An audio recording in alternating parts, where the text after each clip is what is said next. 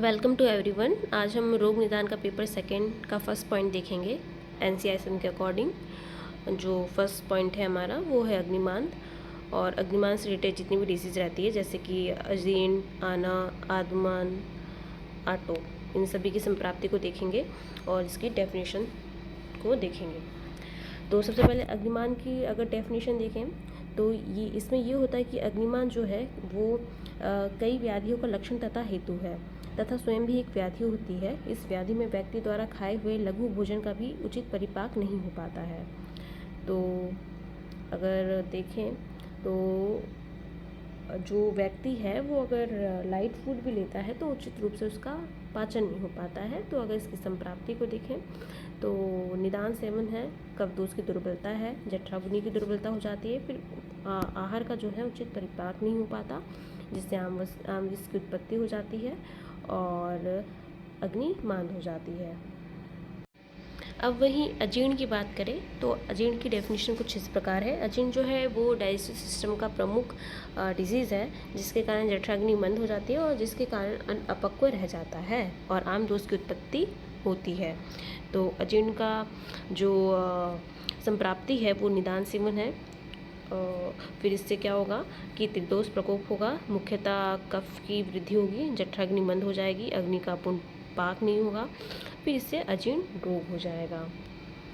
और वहीं आना की बात करें तो आना में ये होता है कि जब अमाशय में आम रस तथा पक्वाशय में पुरीस क्रमशः संचित होते हैं तब अपान वायु की विकृति से उनकी प्रकृति बदल जाती है, अर्थात ना उद्गार के रूप में यानी ऊर्ध्ववायु के रूप में ना ही अधोवायु के रूप में बाहर निकल पाते हैं। और इसके निदान सेवन की बात करें तो वात प्रकोप होगा, पक्वाशय में पुरीस तथा ऊर्ध्ववायु में अधोवायु का वात द्वारा अवरोध हो जाता है, पुरीस उद्गार व अधोवायु की अप्रवृत्ति हो जाती है और आना रोग हो जाता है।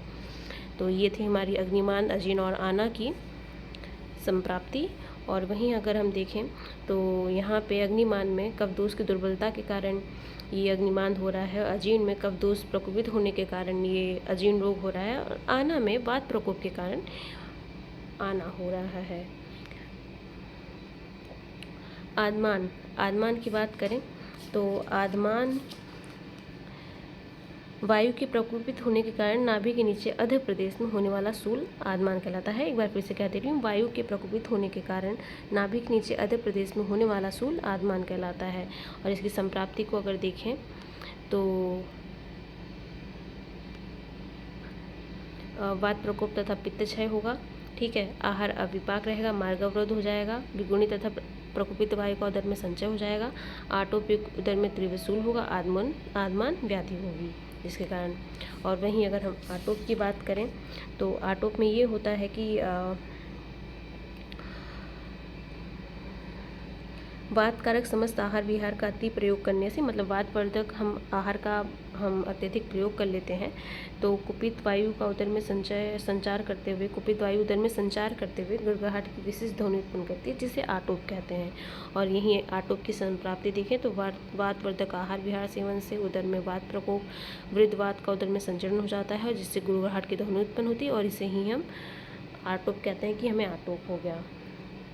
तो यहाँ हम देखेंगे कि आना में वात प्रकोप के कारण, आदमान में वात प्रकोप के कारण तथा आटोप में वात प्रकोप के कारण ये तीनों व्याधियाँ हुई हैं। तो अगर इन वात प्रकोपित यानी वातवर्धक आहार विहार का सेवन कम करेंगे हम सभी तो शायद से ये व्याधि ना हो, व्याधि नहीं होगी अगर हम उचित रूप से आहार विहार का सेवन करेंगे।